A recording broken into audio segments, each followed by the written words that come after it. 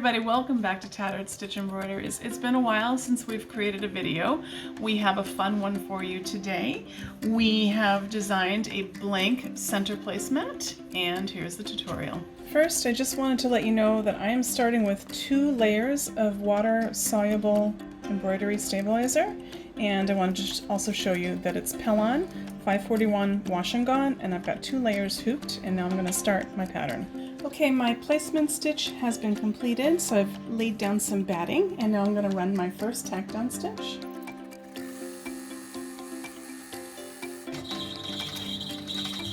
And now I'm just going to trim away the batting. Once this is done, I will place my fabric on top and run the tack down stitch for that. You do want to try to trim as closely to your stitching as possible.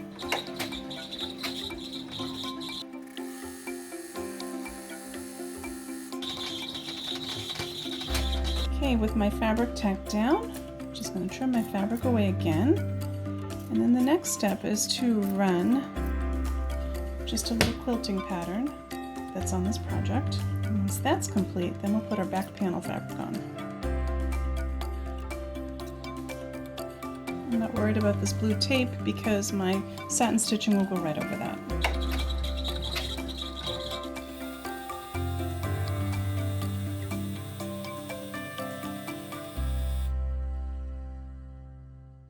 Alright, so our quilt stitch is finished, and I'm now placing on the back panel.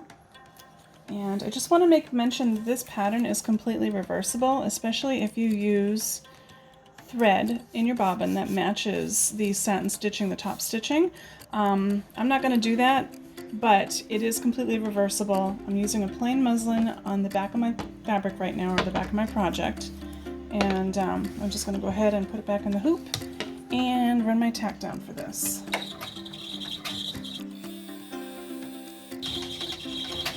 And with that complete, I'm going to trim away the excess fabric, and then we'll be ready for the satin stitch, and then on to the next panel.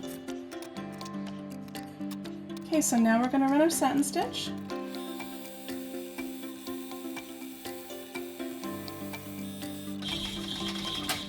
So with my first panel complete, I'm going to pull it out of the hoop, remove the stabilizer, set it aside, and start on panel 2. I'm not going to worry about being too neat with my stabilizer at this point. The main goal is just to remove most of it. So now we're going to start on our second panel.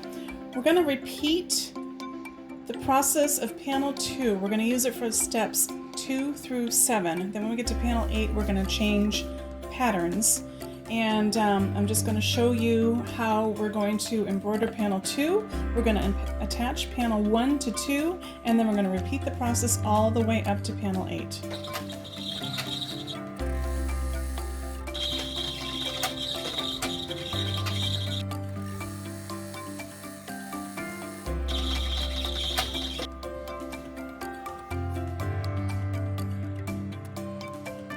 I'm going to add my fabric on. It's a different color than the first panel that I just started with. I'm going to rotate colors between each panel just for something a little bit different. I think it'll be pretty in the end.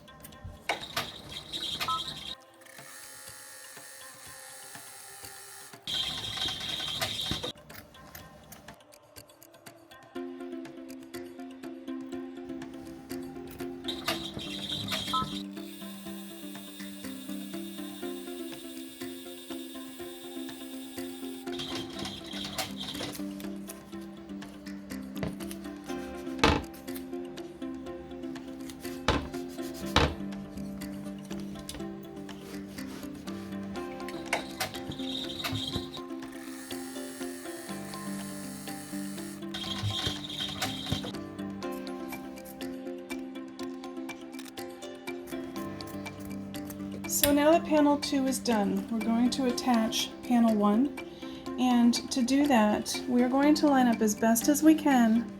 We're going to look down at our bottom satin or bottom stitching down here, and we're going to align and just place the top stitching of panel 1 directly over panel 2. We're going to take it in place, and then we'll run our tack down. This can be a little bit tricky. It took me a little while to get used to lining up my panels, but once you get the hang of it, it works pretty well. If you have a single needle machine that you're running, I found it helpful to actually have my needle one stitch in, and then that would tell me that I would know that it was going to line up and it would stitch fine. But again, I just placed my needle down so I could see that it was going to line up with my stitching.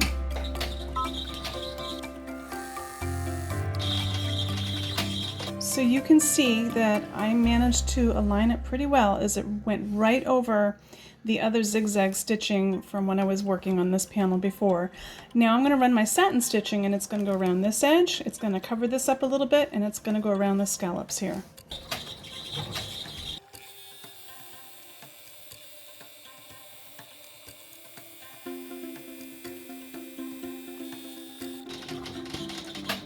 With panel 2 being completed, we are going to repeat the process until we get to panel 8, and when I'm at panel 8, I'm going to show you the join between the skirt of this placemat and panel 7 and 8. So I wanted to show you what the skirt, or at least what I call the skirt of the project, looks like when you're mostly finished. I have stitched together all 7 panels, and now I'm going to work on panel 8. And it's just a little bit different than the rest, so we're going to go ahead and we're going to work through that step. Okay, so we have panel 8 that I've stitched out. Now the process is going to be adhering the right side of this skirt and tacking it down, and then after that placement or that tack down is done, we're going to adhere the left portion of the skirt, and that's going to tack down, and then once these 2 sides are tacked down, we're going to run our satin stitch, and that will complete the skirt.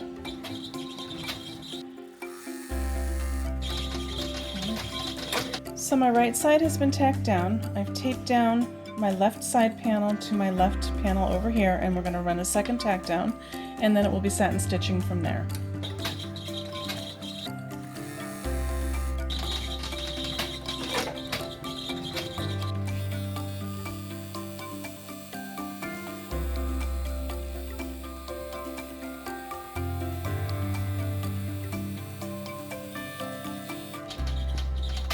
Okay, so the skirt portion of my placemat is finished. I'm going to take it out of the hoop. I'm going to trim away my stabilizer. I'm going to go in and just kind of clean up some of this stabilizer around the edges in the center. And then we're going to work on attaching this to the centerpiece of our placemat. Okay, now we're at our center panel. I'm going to run my tack down stitch.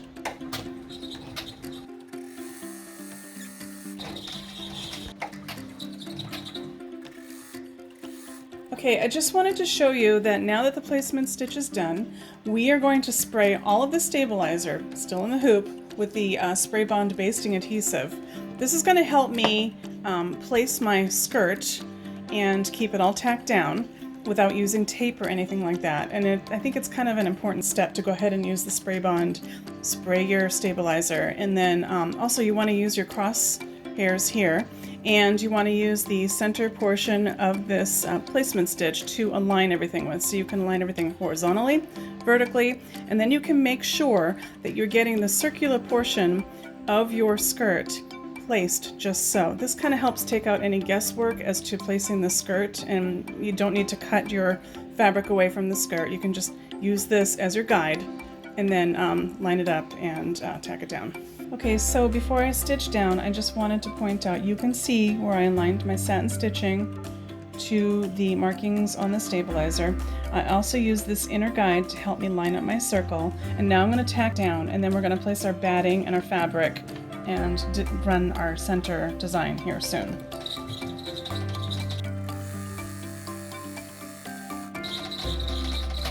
Okay, now I'm going to run my tack down stitch for my batting.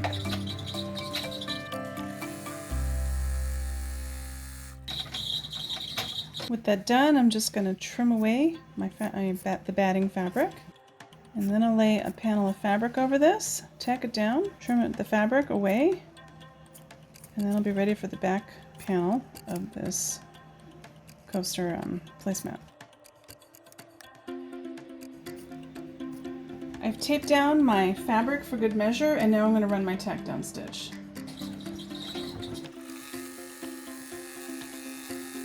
Now we're going to trim away the fabric.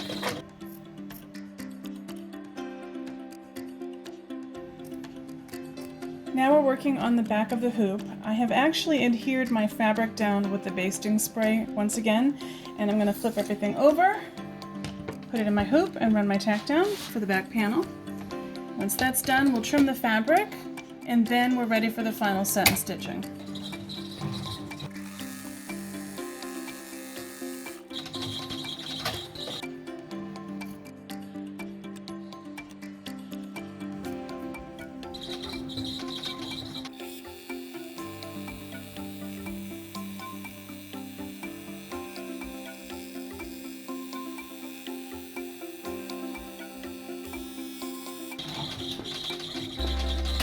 So I just wanted to show you that my satin stitch and my decorative top stitch is finished for the center.